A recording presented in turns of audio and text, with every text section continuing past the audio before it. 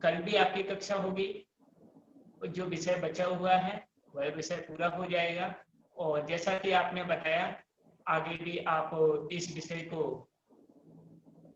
परसों से विस्तार रूप में प्रारंभ करेंगे। आप सभी लोगों को बहुत बहुत धन्यवाद।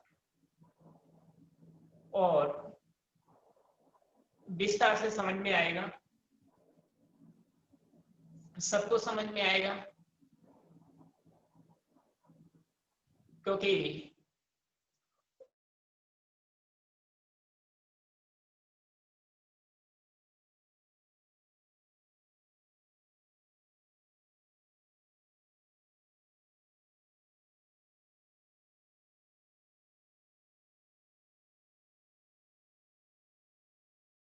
रावण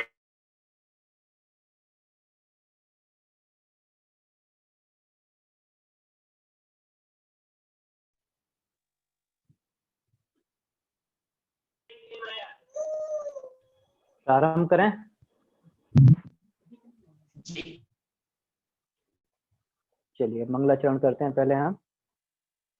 नमो अर्हंताणं नमो सिद्धाणं नमो आयर्याणं नमो उवज्झायाणं नमो लोये सवसाहूणम् उत्तम क्षमा मार्दव आजव भाव हैं, सत्य शौच संयम तप त्याग उपाव हैं।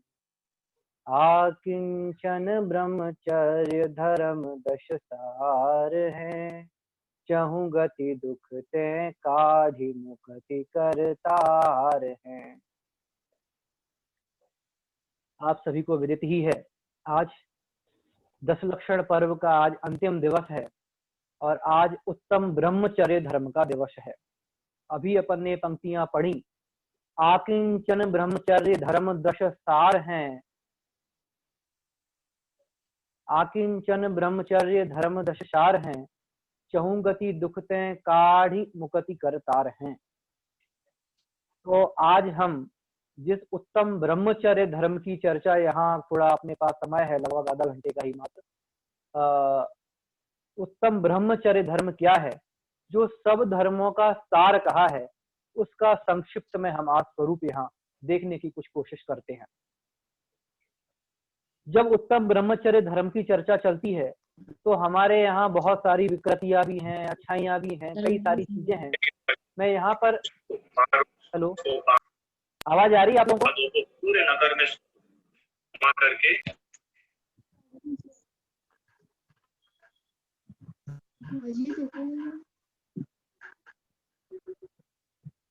अरे दीदी उसमें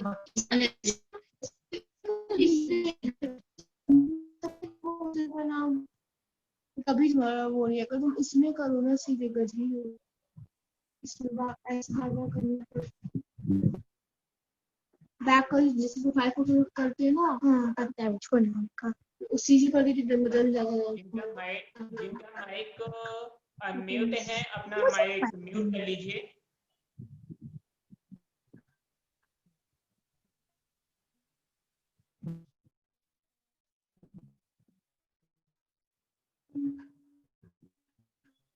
चलिए प्रारंभ करते हैं। तो उत्तम ब्रह्मचर्य धर्म की आज हमें चर्चा करनी है। सबसे पहले हम देखेंगे कि ये ब्रह्मचर्य शब्द का अर्थ क्या होता है। ब्रह्मचर्य दो शब्दों से मिलकर के ये बना है। आगे है ब्रह्म, पीछे है चर्य, यानी ब्रह्मणि चरणम इति ब्रह्मचर्य, यानी अपने ब्रह्म स्वरूप में चरण करना, उसका नाम ही ब्रह्मचर्य है। ब्रह्म क्या है, ये ब्रह्म स्वरूप क्या है, हम बहुत सारे सुनते हैं ना, परम ब्रह्म है, सब ब्रह्म की सत्ता है, वो ब्रह्म नहीं। यहाँ ब्रह्म का अर्थ है अपने निज आत्म स्वरूप में रमण करना, उसमें चरण करना, उसी का नाम ब्रह्मचर्य है। तत्वार्थ सूत्र ग्रंथ जी में जब ये धर्म के 10 लक्षणों की चर्चा आती है तो वहां ये संवर निर्जरा के स्वरूप में इसकी चर्चा आई, सूत्र दिया है वहां पर। तो ये कहा है कि धर्म के माध्यम से मुनिराजों को संवर और निर्जरा होती है। पर हम तो मुनिराज नहीं हैं, हमें क्या करना है? ये मुनियों के योग्य जो उत्तम ब्रह्मचर्य धर्म धारण होगा वो उन्हें होगा। पर हम जिस स्थिति में हैं हम जहां पर हैं उस जगह हम उत्तम ब्रह्मचर्य धर्म का पालन किस तरह करें, हमें ये देखना है। मुनिराजों के ब्रह्मचर्य महाव्रत भी होता है और उत्तम ब्रह्मचर्य धर्म भी होता है। पंचम गुणस्थान व्रती श्रावक के जब वो दूसरी प्रतिमा धारण करता है तो वहां पर व्रत प्रतिमा के अंतर्गत ब्रह्मचर्य अनुव्रत होता है और आगे चल करके 7वीं प्रतिमा में ब्रह्मचर्य नाम की प्रतिमा भी होती है। अब ना तो हम मुनिराज हैं और ना हम पंचम गुण स्थान में हैं, कोई प्रतिमा धारण किए हुए हैं, तो उनके योग्य जो ब्रह्मचर्य होता है तो वहां जैसा होगा वैसा होता है। हमें चर्चा तो ये करनी है कि हम जिन परिस्थितियों में हैं, हम जिस स्थिति में हैं, जिस दशा में हैं, उस दशा में हम उत्तम ब्रह्मचर्य धर्म का पालन कैसे करें, उत्तम ब्रह्मचर्य धर्म को अपने जीवन में कैसे अपनाएं, कैसे धारण करें, हमें इसके संबंध में कुछ चर्चा करनी है। स्वरूप देखना है, संयोजन समझना है और उस मार्ग पर चलने का प्रयत्न करना है। तो उत्तम ब्रह्मचर्य धर्म है ना। अब उत्तम ब्रह्मचर्य धर्म है जो, यदि हम इसे नकारात्मक रूप से देखें तो अब्रह्म का त्याग करना ही ब्रह्मचर्य है। ठीक है, 5 पापों में भी चर्चा करते हैं, कुशील पापी चर्चा करते हैं, तो उसका त्याग होना ही ब्रह्मचर्य है। ऐसी बहुत सारी जिनागम में बातें अलग अलग स्थिति में, अलग अलग दशाओं में, अलग अलग गुणस्थानवर्ती जीवों के अनुसार वहां पर हमें देखने को मिलती है। आप सभी लोगों ने प्रतिदिन पूजन की होगी धर्म के 10 लक्षण के लिए, 10 लक्षण धर्म पूजन, हम उसी की कुछ पंक्तियां पढ़ते हैं और उसके आधार से कुछ चर्चा अपनी यहाँ करेंगे। देखिए, उसकी पहली जो 2 पंक्तियां हैं उनमें कहा है, शील बाढ़ नो राख ब्रह्म भाव अंतर लखो करी दोनों अभिलाख करऊ सफल नर भव सदा। कि अपने मनुष्य भव को सफल करने के लिए क्या कहा कि जो ब्रह्मचर्य धर्म है उसको धारण करो अपने जीवन। तो ब्रह्मचर्य धर्म क्या है, हम कैसे धारण करें? हमें तो लगता है ब्रह्मचर्य माने हमें सिर मुड़ाना पड़ेगा, सफेद कपड़े पहनने पड़ेंगे, घर बार छोड़ना पड़ेगा, बहुत सारी आगे जो बाहरी जो संयोग है, बाहरी जो स्वरूप है, हमें ब्रह्मचर्य के नाम पर मात्र वही दिखाई देता है। पर हमने देखो अभी 10 दिन पूजन की तो यहाँ क्या लिखा है कि शील बाढ़ नो राख ब्रह्म भाव अंतर लखो, कि बाहर में शील की 9 बाणों को रखते हुए अंतरंग में अपने ब्रह्म भाव को लखो, माने उसको देखो, अपने आत्म स्वरूप को देखो और बाहर में शील की 9 बाणों को धारण करो। यही उत्तम ब्रह्मचर्य धर्म है। अपने आत्म स्वरूप को मात्र हमें ऐसा लगता है कि जैसे मात्र हमने, जैसे किसी ने शादी विवाह का त्याग कर दिया, घर छोड़ दिया तो ब्रह्मचर्य हो गया। नहीं, इतना मात्र ब्रह्मचर्य नहीं है।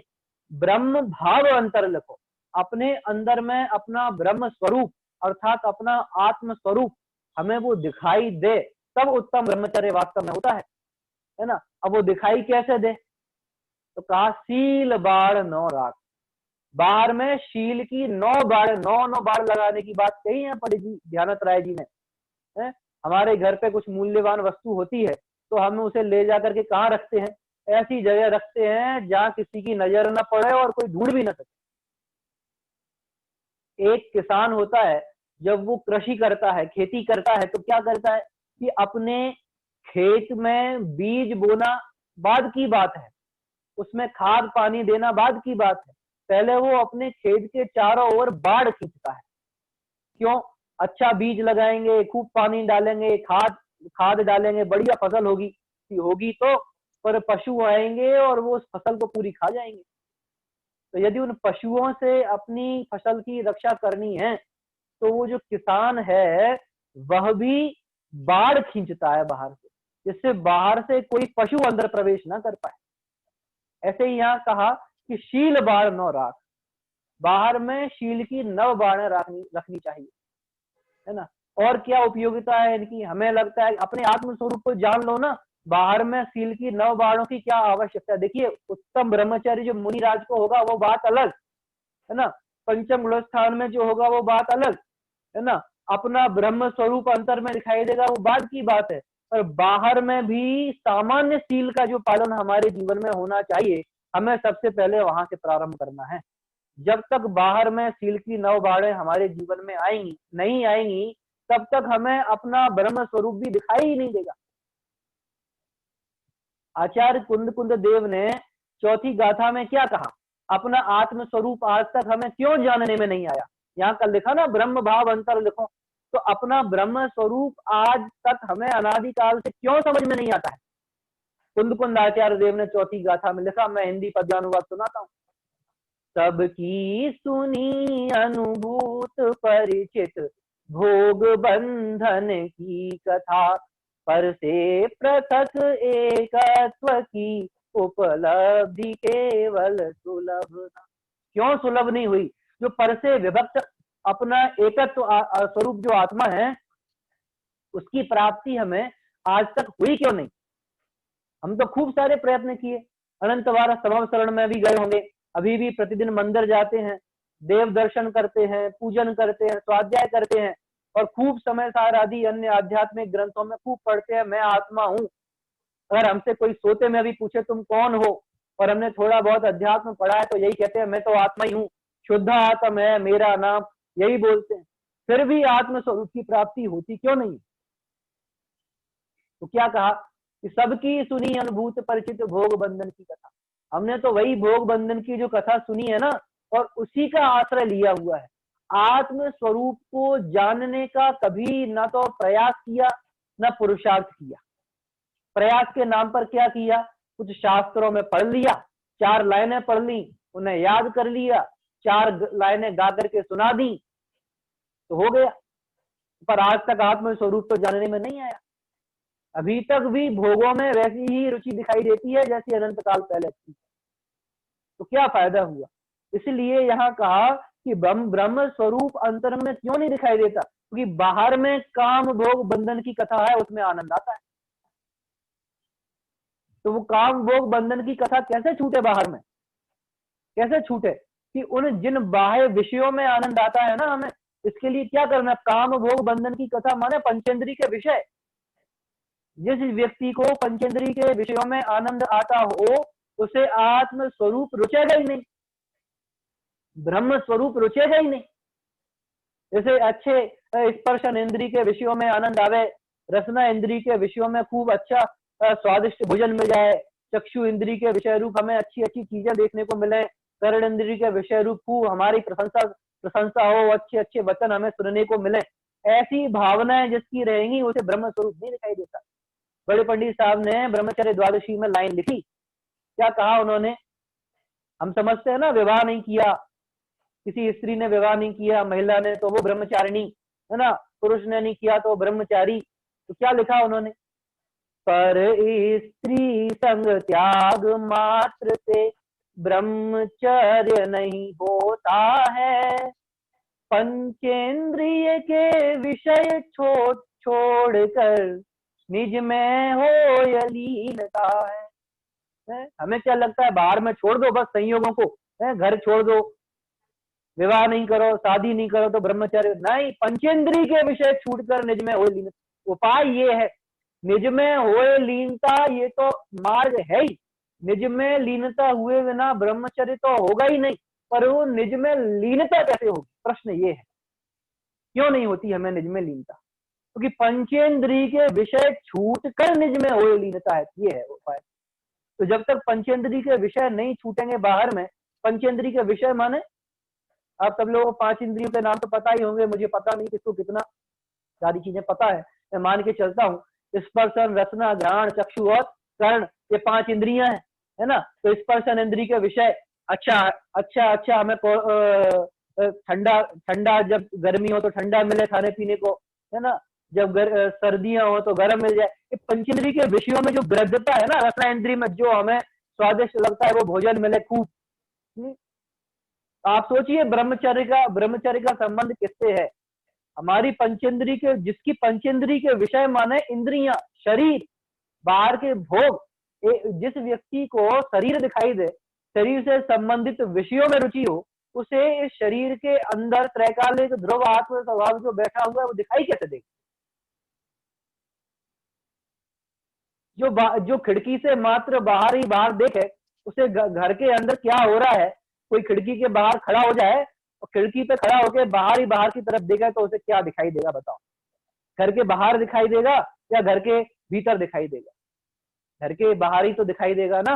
ऐसे ही पंचेंद्रिय की जो खिड़कियां हैं, इन खिड़कियों से जो बाहर देखेगा उसे क्या दिखाई देगा? उसे इन पंचेंद्रियों के विषय ही दिखाई देंगे, वे ही अच्छे लगेंगे। और बाहर के अंदर क्या होगा? फिर अंदर आत्म स्वरूप ऐसे ही बना रहेगा, उसे कोई देखने। तो इसलिए कहा यह शील बाढ़ न राख, है ना। बाहर में शील की 9 बाढ़ों का पालन करना चाहिए। ये कौन सी है शील की 9 बाढ़ जिन्हें हमें खींचना चाहिए? अगर ब्रह्म भाव को यानी अपने आत्म स्वरूप को अंदर में रखना है तो बाहर में ये शील की 9 बाढ़ों को हमें धारण करना चाहिए। कौन सी है ये शील की 9 बाढ़? हमें लगता नहीं है कि शील की ऐसे ऐसे कार्य करने से भी हमारा जो शील है, चारित्र है, आचरण है, ब्रह्मचर्य के मार्ग पर चलने के लिए जो बाह्य योग्य आचरण होना चाहिए वही नहीं हो पाता है। सुनाता हूं आपको, पंडित बनारसी दास जी ने गुणस्थान अधिकार में 67वें छंद में काव्य लिखा है। क्या लिखा उन्होंने वहां पर? तीयथल वास प्रेम रुचि निरखन दे परीच भाषय मधुबेन पूरब भोग केली रस चिंतन गुरु आहार लेत चित चैन करी सुचि तन सिंगार बनावत तीय पर जंक मध्य सुख सैन मन मत कथा उदर भरी भोजन ये 9 बाड़ी कहे जिनमें। समझ में नहीं आया हुआ कुछ क्या कह दिया मैंने, है ना। ये सब ब्रज भाषा में पंडित बनारसी दास जी ने लिखा हुआ है। थोड़ा इनका भी कभी हमें समय मिले तो अभ्यास करना चाहिए, है ना। क्या कहा है इन्होंने आप लोग देखेंगे तत्व ज्ञान में भी, ये तत्व ज्ञान पाठमाला में 12 प्रतिमाओं का स्वरूप कहा है, वहां पर भी नीचे फुटनोट में दी हुई है ये बात। आप कभी मिले आप पढ़ना वहां पे। क्या कहा? तीय थल वास, तीय माने होता है स्त्री। पुरुषों को स्त्री लगा लेना चाहिए और स्त्रियों को पुरुष रख लेना चाहिए यहाँ, है ना। क्योंकि बनारसी दास जी पुरुष थे इसलिए उन्होंने स्त्रियों की अपेक्षा बातें लिखी ना। तीय थल वास की स्त्रियां जिस जगह पर निवास करती हैं उस जगह पर रहना, स्त्रियों के समागम में रहना। सबसे पहली चीज ब्रह्मचर्य को पालन करने के लिए क्या करना पड़ेगा? ये बाढ़ है। पहली बाढ़ कौन सी है? तीय थल वास। ये इस बाढ़ को लगाओ कि स्त्रियों के संगम में रहने का निषेध, उनके संगम समागम में नहीं रहना। दूसरा, प्रेम रुचि निरखन, राग भरी दृष्टि से स्त्री को देखना, है ना। स्त्रियां ऐसे पुरुष के संबंध में लगा सकती, राग भरी दृष्टि से देखना। अब उसे ब्रह्म स्वरूप कहां से दिखाई देगा बताओ? जैसे ये बाहर में चीजें दिखाई देती हूँ। और देखिए आगे, ये तो चलो ठीक है, ये सब चीजों को तो नहीं होती होंगी। आगे देखिए, दे परीच भागे भाषय भाखे मधुबेन, परोक्ष में पीठ पीछे छिप करके कहीं या एकांत में, सदा सुखदास जी ने ब्रह्मचर्य अनुव्रत के स्वरूप में रत्नकरण श्रावकाचार्य जी की टीका में खूब विशद विवेचन किया इस संबंध में। परोक्ष में स्त्रियों के संबंध में मीठे मीठे वचन बोलना जिससे राग और बढ़ जाए, ऐसे ऐसे ऐसे कार्य नहीं करना। ये बाढ़ है। अगर ऐसा करते हैं तो वहां पर ब्रह्मचर्य में, ब्रह्मचर्य माने अपने आत्म स्वरूप की प्राप्ति नहीं होगी। देखो उपाय क्या है, लक्ष्य क्या है? ब्रह्म स्वरूप की प्राप्ति करना। मैं ये सारी चीजें क्यों बता रहा हूं कि हमें ये पता हो। यदि ये पता नहीं होती है तो किस तरह से हमारे शील में दोष लगता रहता है और हम इधर तो जिनवाणी में ऊंची ऊंची बातें पढ़ते रहते हैं आत्म स्वरूप की प्राप्ति के लिए। मैं आत्मा हूँ, मैं आत्मा हूँ, मैं आत्मा हूँ, ये बातें पढ़ते हैं, पढ़ जाते हैं, पर बाह्य योग्य व्यवहार भी नहीं होता हमारा। योग्य बाहर में योग्य आचरण नहीं होता तो ब्रह्म में आचरण नहीं हो पाता। इसलिए 9 बाणों को जानना हमारे लिए जरूरी है। ठीक है। और देखिए ये 3 चीजें तो चलो ठीक है। चौथी चीज है बड़ी ध्यान देने लायक। क्या कहा उसमें? पूर्व भोग केली रस चिंतन। पूर्व में जो भोग भोगे थे ना उनका चिंतन करना। देखो पहले तो हमने, और पूरा भोग माने मात्र स्पर्शन इंद्री के विषय नहीं, पंचेंद्री के विषयों का। पूर्व में जो भोग भोगे हैं उनका वर्तमान में स्मरण करके खेद खिन्न होना या आनंदित होना। कह रहे ये बाढ़ है, इसका निषेध किया है। यानी अपने ब्रह्म स्वरूप को प्राप्ति करना है तो पूर्व में भोगे हुए भोगों का भी स्मरण नहीं करना। भोगे जो भोग पहले उनका न हो सुमिरन। ये पढ़ते लाइन की नहीं, मैं राज संपदाया पद इंद्र का न चाप। समाधि मरण में पढ़ते हैं यहाँ, जो पूर्व में भोगे हुए भोग है उनका स्मरण नहीं करना। और देखिए, गुरु आहार लेत चित्त चैन, चित्त में चैन पड़ता है, कैसे पड़ता है? गुरु आहार लेत। गुरु आहार माने, गुरु माने भारी। गुरु का शब्द यहाँ पर जो गुरु होते हैं ना, गुरु, वो वाला गुरु नहीं, यहाँ गुरु माने भारी। भारी माने ऐसा भोजन जो गरिष्ठ भोजन होता है। गरिष्ठ भोजन ग्रहण करने वाले को आत्म स्वरूप नहीं दिखाई देगा। क्यों नहीं दिखाई देगा? जैसा भोजन करते हैं वैसा ही हमारे अंदर विचार चलता है। इसीलिए हमारे यहाँ कहा जाता है कि हमें सात्विक भोजन करना चाहिए। मुनिराज के लिए भी जो आहार के बारे में कहा, कैसा भोजन देना चाहिए कि जो राग और द्वेष आदि जो कसाय हैं, इन समस्त कसायों को बढ़ाने वाला ना हो, निद्रा आदि में कारण ना बने, इस तरह का आहार देना चाहिए। तो जिन्हें ब्रह्मचर्य की भावना हो, अपने ब्रह्म स्वरूप में चरण की भावना हो, उन्हें बहुत उद्दिष्ट और बहुत गरिष्ठ भोजन नहीं करना चाहिए। समझ में आया? क्यों? मन ही नहीं लगेगा उस रसना इंद्री के विषय में, मत होकर के भोजन करेगा वो जीव, और उसके बाद आलस्य आएगा, प्रमाद आएगा, आत्मस्वरूप दिखेगा कहाँ? समझ में आया? आगे देखिए, और क्या कहा? करी सुचि तन सिंगार बनावत, अपने शरीर को स्नान आदि करके बढ़िया श्रृंगार करे, सजाए, खूब शरीर में ही रमा रहे। और तो बनारसी दासी ने क्या कहा पता है? सप्त व्यसनों के स्वरूप में आपने पढ़ा होगा। सप्त व्यसनों के स्वरूप में क्या कहा? देह की मगनताई यह मांस भक्षी वो। लगता है हमें देह की मगनता मांस का भक्षण करना है, अपने स्वरूप में रमण नहीं करना। और देह के स्वरूप में रमना ऐसे है जैसे मांस भक्षण करना। क्यों भाई? जो व्यक्ति मांस खाता है ना, वो क्या करता है? वो दूसरे के शरीर को अच्छा जान करके उसमें रमता है, ये बहुत अच्छा, बहुत अच्छा, बहुत अच्छा है। और यहाँ भाव मास में क्या कहा? देह की मगनता, अपने शरीर में इतना रम जाए, शरीर के पंचेंद्रिय के विषयों में, कि अपना स्वरूप नहीं दिखाई दे, वो दूसरे का शरीर दिखाई देता है ना वहां पर उसे, तो कुछ भी ध्यान नहीं रहता कि इस जीव की हिंसा का क्या पाप होगा, क्या होगा, हमारे परिणामों का क्या होगा, कुछ नहीं पता उसे। तो बस उस शरीर का भक्षण करना है। दूसरे के मांस भक्षण माने दूसरे के शरीर का ही तो भक्षण है। ऐसे ही जो जीव अपने आत्म स्वरूप को न देखकर मात्र शरीर पर दृष्टि रखता है और उसी के साथ सवार में लगा रहता है, बनारसी दासी कहता है उसने मांस भक्षण किया। और मांस भक्षण करेगा उसे ब्रह्मचर्य की प्राप्ति होगी, ब्रह्म स्वरूप दिखाई देगा। अरे भैया, ब्रह्मचर्य इतना आसान काम नहीं है, केवल बातों में कह दिया और हो जाए प्रकट। उसके लिए अंदर से पुरुषार्थ होना चाहिए।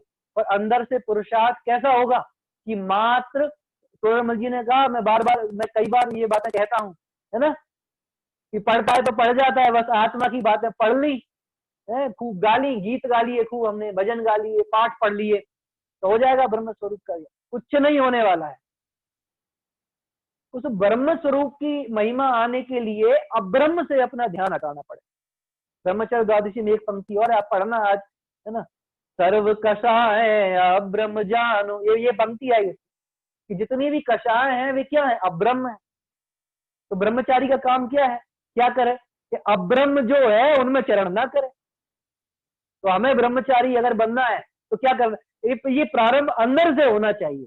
हम क्या करते हैं? बाहर से करते हैं, पहले चोला बदलते हैं, चादर ओढ़ लेते हैं, मूड मुड़वा लेते हैं, है ना, आश्रमों में जाके जो भी है त्यागी बन गए, हम बहुत सारे वेश धारण कर लिए, ये सारी चीजें करते हैं, है ना। वो सारी चीजें भी यथा योग्य आवश्यक है। काय के लिए आवश्यक है? यदि वो निवृत्ति का मार्ग नहीं होगा तो हम इस आत्म स्वरूप का जो हमने लक्ष्य बनाया है उसमें हम निर्विघ्न होकर के नहीं चल सकते। इसके लिए वह भी यथा योग्य आवश्यक है, पर मात्र उसी में लगे रहने से भी ब्रह्मचर्य की प्राप्ति नहीं। ब्रह्मचर्य की प्राप्ति के लिए लक्ष्य क्या होना चाहिए? ब्रह्म। मार्ग क्या होना चाहिए? चरण करना उसमें। तो चरण कैसे होगा? कि अब्रह्म को छोड़ना पड़ेगा। उन्होंने लिखा तत्वार्थ सूत्र जी में सूत्र दिया, अब्रह्म का स्वरूप क्या लिखा? मैथुनम अब्रह्म, मैथुनम अब्रह्म, मैथुन को अब्रह्म का। मैथुन माने क्या होता है? मिलना, जोड़ना। मिथुन, है ना, जुड़ना। किसका किससे जुड़ना? कि अपने उपयोग का पर पदार्थों से जुड़ना, यही तो जुड़ना है और क्या। और हम जुड़ते ही क्या है, बाकी तो सारे पदार्थ और द्रव्य भिन्न भिन्न है। तो अपने परिणामों में परद्रव्यों के प्रति जो जुड़ाव का भाव हुआ ना, पंचेंद्रिय के विषयों में जो रमणता हुई ना, वही अब ब्रह्म। और देखिए, तीय परजंक मध्य सुख चैन, है ना, ये क्या कहा कि किसी दूसरी स्त्रियों के जो पलंग है, तीय परजंक मध्य सुख चैन, उस पलंग पर निद्रा लेना, विश्राम करना, आराम करना, बैठना, उसका समझ में आया? ये चीजें लगती हैं हमें ब्रह्मचर्य में बाधक है। हम कहीं पर भी बिस्तरों पे बैठ जाते हैं कभी भी। आप देखिए, मैं कह रहा हूं कि जब आप किसी भी बात को, जनागम की कोई भी बात देखें, आप उसे पढ़ें, विचार करें, तो आपको हमेशा दोनों पक्षों से देखना चाहिए, उसे अंतरंग से भी और बहिरंग से भी। मात्र हम अंतरंग की चर्चा करते हैं तो वहां पर, है ना, हम थोड़ा अगर गौर भी कर देते हैं, पर ऐसा नहीं है कि हमें बहिरंग चीजों को हम विस्मृत ही करते, भूल ही जाए। इसलिए कहा उन पर बैठना भी नहीं चाहिए, ब्रह्मचर्य का में दोष लगता है। तो ये केवल ब्रह्मचारियों के लिए नहीं है, ये हमारे लिए भी है कि यदि हमें इसका पालन करना है तो हमें इसका त्याग करना चाहिए। परिणाम ही नहीं होंगे वैसे। और मनमत कथा, काम को बढ़ाने वाली, मनमत माने काम को बढ़ाने वाली कथाओं को सुनना, देखना, है? काम को बढ़ा, ऐसी कथाएं देखना जिनसे काम और बढ़े, है ना, अब्रह्म भाव बढ़े, पंचेंद्रिय के विषयों में और प्रवृत्ति हो, ऐसी कथाओं को सुनना, उन्हें देखना लगता है हमें। हम टीवी देखते हैं, बहुत सारे सीरियल उसमें आते हैं, फिल्में आती हैं, और सिनेमा हॉल में जाते हैं देखने के लिए, तो वहां क्या होता है बताओ? ब्रह्मचारी जाते होंगे, जिन्हें ब्रह्म स्वरूप देखना है वे सिनेमा हॉल जाना चाहिए। क्यों? टीवी देखना चाहिए, उन्हें दिखाई देगा उन्हें। तो समझ में आया हम किस किस तरह से ब्रह्म स्वरूप को बाधक करते हैं? या हम जिनवाणी की बात सुनते हैं, ब्रह्म स्वरूप की बात करते हैं, और यहाँ से उठने के बाद हम पूर्णतया अपने आप को अब्रह्म के लिए समर्पित कर देते हैं। टीवी में क्या मिलता है बताओ? क्या मिलता है? आप राग को उत्पादक चीजें सामने आएंगी, आप बीतरागी नहीं है, केवली भगवान जैसे नहीं है कि तीनों लोक जानने में आए और मन में किंचित मात्र भी, रंच मात्र भी राग पैदा ना हो, ऐसा नहीं है। या तो क्षण क्षण में संयोग प्राप्त दिखाई देते हैं और इष्टनिष्ठ की बुद्धि पैदा होती है। युगल जी कहा करते थे, है ना, आपको तो सुना है हमने कई बार, युगल जी क्या कहा करते थे कि हम पंचेंद्रिय के विषयों से, जो हमें लगता है कि जो शराब पीता है ना वही शराबी होगा, वो क्या कहते थे कि शराबी मात्र रसना इंद्रिय से शराब पीता है, पर जो व्यक्ति ये मनमत कथा सुने ना वो कानों से भी शराब पीता है, जो देखे ना वो आंखों से भी शराब पीता है। व्यसन है, बुरी आदत है, उसके बिना नहीं रह पाता कि नहीं भैया हमारा तो मन नहीं, इसके बिना मन ही नहीं लगता। घर में ये नहीं हो अगर ये सारे साधन तो कैसा लगेगा? अच्छा ही नहीं लगता है घर में। मनमत कथा, उदर भरी भोजन, उदर माने पेट, पेट भर के भोजन करे खूब, पेट भर के माने जितनी भूख है और उससे खूब बिल्कुल भर करके भोजन करे, तो क्या होगा? ब्रह्म स्वरूप नहीं दिखाई देगा वहां पे। मुनिराज आहार लेते हैं तो अपना आहार लेते समय उधर का एक भाग खाली रखते हैं, समझ में आया? और हम इन दिनों में भी व्रत उपवास जो करते हैं उनका क्या प्रयोजन है? यही प्रयोजन है। अगर भरपेट और गरिष्ठ भोजन ये सारी चीजें करोगे तो धर्म के 10 लक्षण के 10 दिन निकल जाएंगे और धर्म का स्वरूप तो कुछ बात ही नहीं होना। इसीलिए क्या कहा जा रहा है? सात्विक भोजन करो, कम भोजन करो, है ना। ये सारी 9 चीजें हैं, आप इन्हें देखना, है ना। गुणस्थान अधिकार में 67 नंबर का छंद है, पढ़ना उसे। ये 9 बाड़े हैं। हमें ब्रह्म स्वरूप को प्राप्त करना है, ये उद्देश्य है कि मात्र ब्रह्मचर्य धर्म के दिवस पर इसकी चर्चा करके हमें इसकी तीसरी कर देनी। ये बस हो गया, धर्म के 10 लक्षण पर्व समाप्त हुआ। समाप्त का मतलब जानते हैं आप क्या होता है? आप्त, सम उपसर्ग और आप धातु से बना है समाप्त शब्द। आप माने होता है, आप्त माने होता है प्राप्त होना, प्रारंभ होना। यानी सम्यक रूप से जब कोई कार्य प्रारंभ हो तो समझ लेना चाहिए उसे समाप्त कहा जाता है। समझ में आ गया? प्राप्ति हो जाना बिल्कुल पूरी तरीके से। तो आज धर्म के 10 लक्षण का अंतिम दिवस है, ठीक है।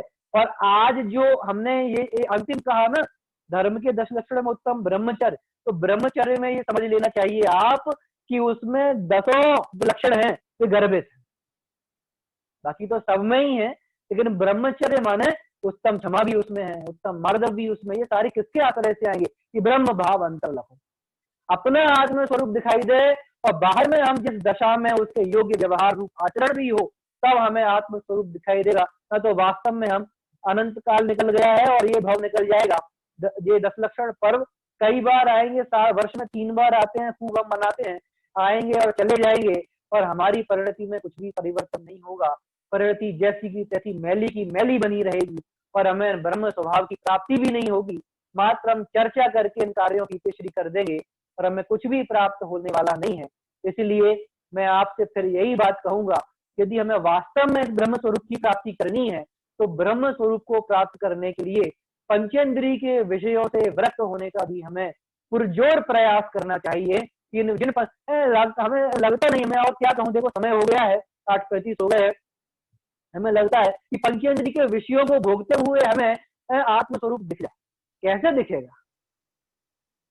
ये टोडरमल जी ने लिखा ना कि हमारा जो ज्ञान है, शुतक ज्ञान, छदमस्त का शुतक ज्ञान, अगर सैद्धांतिक रूप से आपसे कहूं तो एक समय में किसे जानता है? एक ही विषय को जानेगा, एक ही इंद्रिय के विषय को जानेगा। तो जिस समय हमारा ज्ञान पंचेंद्रियों के वातायन के माध्यम से, इन खिड़कियों के माध्यम से उन इंद्रिय के विषयों को जानने में लगा हुआ है, उनमें रम रहा है, उस समय अपने ब्रह्म स्वरूप को कैसे जाने? इसलिए ब्रह्मचर्य का मतलब आप जो कहा ना बाहरी क्रियाकलाप है, उन्हें मत समझ लेना, मात्र कह रहा हूं, वो होंगे, लेकिन मात्र उन्हें नहीं समझ लेना, पर पंचेंद्रिय के विषयों से विरक्ति होना। क्यों? क्योंकि ब्रह्म स्वरूप की प्राप्ति में ये 5 ही इंद्रियों के विषय बाधक हैं। निमित्त की अपेक्षा कथन कहें हम तो पंचेंद्रिय के विषय बाधक है, और अपने परिणामों की अपेक्षा कहें तो पंचेंद्रिय के विषयों के प्रति हमारी जो रुचि है वो ब्रह्म स्वरूप की प्राप्ति में बाधक है।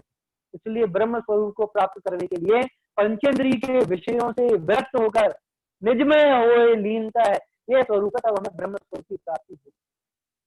हमें प्रयोजन परक दृष्टि से, इस दृष्टि से थोड़ा आज कम जितना समय है हमने चर्चा की, आप लोग और विशद विवेचन है तत्वार्थ सूत्र आदि ग्रंथों में, है ना, रत्नकर्ण श्रावकादि आदि ग्रंथ की टीका सदा सुदासी ने लिखी, आप वहां पे पढ़ें। और भी जगह जहाँ विषय है आप वहां पढ़ेंगे तो आपको ये सारा विषय समझ में आएगा। और यही कामना करता हूँ, भावना भाता हूँ कि हम सभी शीघ्रातिशीघ्र आज ये संकल्प लें और भावना भाएं कि हमें ब्रह्म स्वरूप की प्राप्ति हो, हम ब्रह्म में चरण करें। इसी भावना के साथ मैं आज अपनी वाणी को यहीं पर विराम देता हूँ। जय जिनेन्द्र। आप सभी लोगों को विदित हैं, पंडित रजत जी शास्त्री भिंड के द्वारा उत्तम ब्रह्मचर्य इस विषय पर विस्तृत विवेचन हुआ। बहुत ही सुंदर तरीके से आपने मिश्र शब्दों में विषय को प्रस्तुत किया, आपको धन्यवाद। और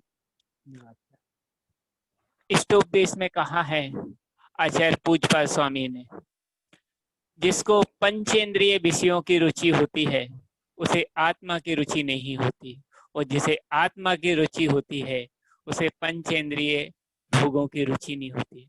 विषय जिसे आत्मा के स्वरूप में लीनता होती है वह पंचेंद्रिय के भोगों में अरुचि होती है, उसे पंचेंद्रिय के भोगों में रुचि नहीं होती है।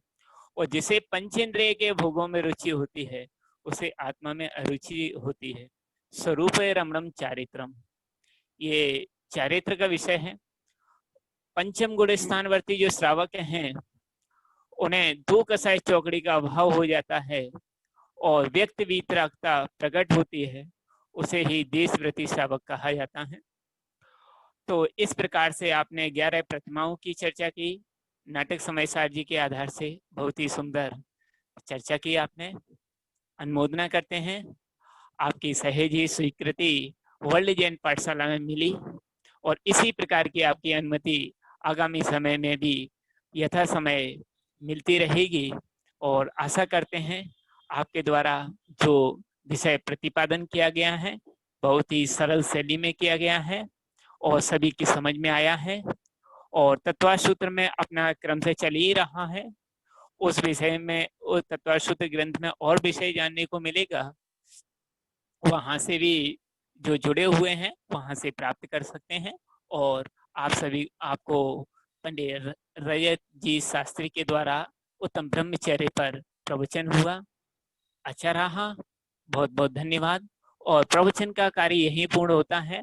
आगामी अपना जो विषय है प्रोग्राम, सांस्कृतिक प्रोग्राम, वर्ल्ड जैन पाठशाला द्वारा आयोजित ई दशलक्षण महापर्व के अवसर पर होने वाले सांस्कृतिक प्रोग्राम पहचानो मैं कौन हूँ, अपन नाम बताइए, इस विषय का संचालन के लिए मैं आमंत्रित करता हूँ राजी जी जैन और नवजी जैन, गुना के द्वारा यह प्रोग्राम करवाया जाएगा और संचालन अनुक्रम जी जैन दमोही के द्वारा किया जाएगा। आप दोनों के द्वारा यह प्रोग्राम संपन्न होगा। तो मैं अनुमोदना करता हूं और आप अपने प्रोग्राम को प्रारंभ कर दीजिए। अनुक्रम जी जैन, आप प्रोग्राम प्रारंभ कर दीजिए। राजी जी जैन। हाँ जी, सभी को जय जिनेन्द्र। भैया जी आप स्क्रीन शेयर कर सकते हैं क्या? जी मैं स्क्रीन शेयर करता हूँ। अब मंगलाचरण से प्रारंभ करेंगे। शील बाण नोरा ब्रह्म भाव अंतर लखो करी दोनों अभिला करम सफल नर भव सदा उत्तम ब्रह्मचार मन आनु माता बहन सुता पहचान साहेब ननद बांध लखी पूरे तिया के असुचितन में काम रोगी रति करे बहु व्रतक सड़ई मगन माही कागजों चोचे भर संसार में बिसरा बिलासा तद गए जोगीश्वरा जानत धर्म तस पैणी चढ़ के शिव महल में पग धरा। बोलिए उत्तम ब्रह्म। अभी सब अपने हाथ डाउन कर लीजिए। चलिए शुरू करते हैं पहले प्रश्न के साथ। और पहला प्रश्न आपकी स्क्रीन के ऊपर ये रहा।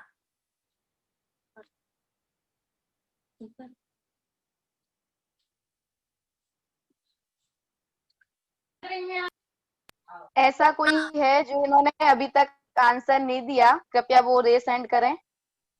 हाँ जी, अब आज नए आए हैं। पहले मैं क्वेश्चन पढ़ देती हूँ एक राजी बार। जी। हाँ, जिसके लिए कोई कार्य असंभव ना हो, कौन से तीर्थंकर हैं? हाथ रेस करिए अपने। आज जिन्होंने अभी तक कोई भी आंसर नहीं दिए, मैं पूछना चाहूंगी आज सहानुभूति जैन खनिया दाना, कृपया अपने संभवनाथ। सहानुभूति जी आप संभवनाथ। किसने आंसर दिया है, अपना नाम भी बताएं। सहानुभूति जैन अंधेरे में बैठी है। ओके। हाँ जी, राजी जी कृपया बताएं इनका बहुत ही आंसर सही है। सुंदर बात किया है आपने। बहुत ही सुंदर आंसर दिया है इन्होंने। चलिए अगले प्रश्न की ओर चलते हैं। हमारे कार्यक्रम की प्रथम विजेता रही हैं सहानुभूति जी खनिया दाना। अगला क्वेश्चन स्क्रीन पे लाया जाए। इसमें ये आपको पिक्चर में चिन्ह दिख रहा है, तो ये किस तीर्थंकर का चिन्ह है ये आपको बताना है। अभी मैं सबके हैंड डाउन कर रही हूँ, फिर से उठाइए सब। ये तो बहुत ही सरल है, हमारे छोटे छोटे बच्चे ही इसका आंसर बहुत अच्छे तरीके से दे सकते हैं, बड़ों को तो सभी को मालूम होगा। कोई छोटे बच्चे हो तो वो हैंड रेस करें।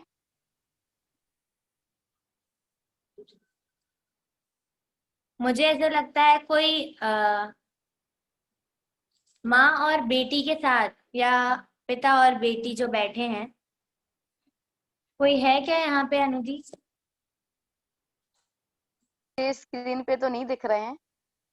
बुला भी सकते हैं आप, ऐसा कोई वो नहीं है, बुला लीजिए आप अगर हाँ, बुला सकते हैं। कोई मम्मी के साथ कोई बेटी या कोई बेटा बैठा हो या पापा के साथ बैठा हो, उनसे हम आना। एक छोटा बच्चा दिख रहा है, आदिश जैन। आदिश बेटा, आप बताओगे क्या, ये जो चिन्ह आपको स्क्रीन पे दिख रहा है, ये चिन्ह कौन से तीर्थंकर हैं हमारे? आदिश जी को अनम्यूट करें। आदिश जी, आप अनम्यूट हो चुके हैं, स्पॉटलाइट पे लाया जाए।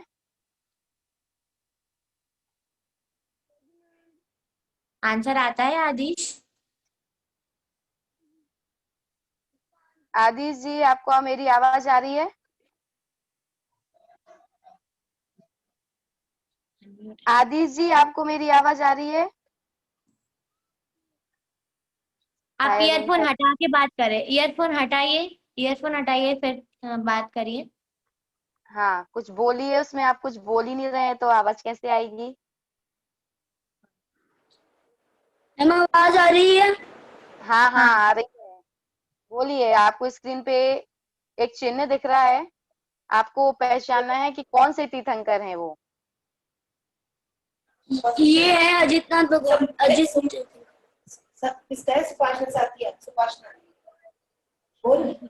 कौन से तीर्थंकर का चिन्ह है, एक बार फिर से बताएं। चिन्ह सोच पहचानना है, अजितनाथ चिन्ह तीर्थंकर। जो स्वस्तिका सोच चिन्ह है, समझ के इसका आंसर चिन्ह देने हैं। होता है। आदिनाथ सोच समझ के आंसर दे रहे हैं। चिन्ह पहचानना है आपको, प्रतिमा नहीं प्रतिमा, पहचाननी। प्रतिमा से कोई आदिनाथ मतलब नहीं भगवान, है। ऋषभनाथ, ऋषभनाथ भगवान। आप श्योर हैं? आपको 24 तीर्थंकरों के नाम आते हैं? सुनाइए जरा, सुनाइए। ऋषभ अजित, ऋषभ अजित, संदन, चिन्ह सुमति, पदम, आते हैं उनके, सुभाष। चिन्ह सहित, चिन्ह सहित। पहले चिन्ह ऋषभ सहित राज याद जैन नहीं है। को, हाँ इसलिए। आप मम्मी या बड़े लोगों की हेल्प भी ले सकते हैं। आपने जो चिन्ह पहचाना है, ये चिन्ह सही नहीं है। तीर्थंकर कौन से हैं, तो आपको एक और मुझे लगता है चांस देते हैं। आप दूसरे से पूछ लीजिए, किसी दूसरे से पूछ लीजिए आप। हाँ जी। चलिए हम किसी और को। आदिश जी, अम, आपका आंसर गलत है। ये आदिनाथ तीर्थंकर नहीं है, आदिनाथ तीर्थंकर का ये चिन्ह नहीं है। किसी और को अपन आंसर देने के लिए बोले। हाँ, आत्मार्थी समता जैन। मेरी आवाज आ रही है तो अनम्यूट करिए। आत्मा समता जी को अनम्यूट कर दिया है। भगवान, एक बार फिर से बोलिए। सुपार्शनाथ भगवान जी। जी, हाँ जी, राजी जी आप बताएं। बहुत ही सुंदर आंसर दिया है आपने, सुपार्शनाथ। बहुत बहुत धन्यवाद आत्माती समता जी का, जिन्होंने आंसर दिया। हमारी प्रतियोगिता के दूसरे विजेता रही हैं समता जी। चलिए अब अगले क्वेश्चन की ओर बढ़ते हैं। हाँ जी, अगला प्रश्न आपकी स्क्रीन के ऊपर ये रहा। हाँ चलिए, ये थोड़ा टफ हो सकता है लोगों के लिए, क्योंकि हमें भी इसका आंसर करने में टाइम लगा था। के लिए दुनिया का हर आदमी प्रयास करता है, ऐसे तीर्थंकर का आपको नाम बताना है। थोड़ा सा दिमाग लगाना है, बस सोच समझ के आंसर दीजिएगा। ऐसा ना हो कि आपका पुरस्कार आपके हाथ से निकल जाए।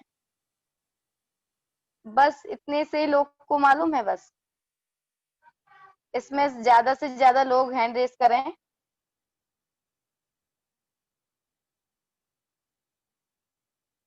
कोई नया पार्टिसिपेंट हो जिन्होंने अभी तक आंसर नहीं दिया हो। और सोचिए, सभी के हैंड रेस होना चाहिए। जिसके लिए दुनिया का हर आदमी प्रयास करता है, ऐसे तीर्थंकर। हाँ जी, अनु जी, आज नए जुड़े हैं शिवी जैन खनियादाना, आज जी। जुड़े हैं, पहली बार शिवी- तो लग रहा है, पहली शिवी बार जैन आए हैं ये। कन्यादाना। जी का हम प्रयास करते हैं। क्या पिता अपने वीडियो ऑन करें? शिवी जी अपना जी, आपने क्या आंसर दिया है फिर से बताएं। शांति का प्राप्त शांति शांति का प्राप्त का प्रयास का प्रयास करते हैं। अच्छा, आपने बताया शांतिनाथ। बोल शांतिनाथ। अरे वाह, चलिए आप श्योर हैं क्या शिवी जी? आपका क्वेश्चन आंसर लॉक कर दिया जाए? बोलिए बोलो। कि कहीं डाउट तो नहीं है? नहीं। ओके, चलिए राजेश जी बताइए इनका आंसर सही है या गलत है? हाँ जी, बहुत बहुत सुंदर उत्तर है, बहुत ही सही आंसर है इनका। सभी एक बार क्लैपिंग कर दीजिए, बिल्कुल सही हमारी जवाब है इनका। प्रतियोगिता की तीसरी विजेता रही हैं शिवी जी खनियादाना। अब हम नेक्स्ट क्वेश्चन की ओर जाते हैं। अब अगला प्रश्न आपकी स्क्रीन के ऊपर ये रहा। अरे चलिए, अगला प्रश्न डिस्प्ले हो रहा है। अरे यार, तो डिस्प्ले नहीं। जिनको हाँ कोई जी, ना अगला जीत प्रश्न आपकी सके, स्क्रीन पे आ चुका है। जिनको कोई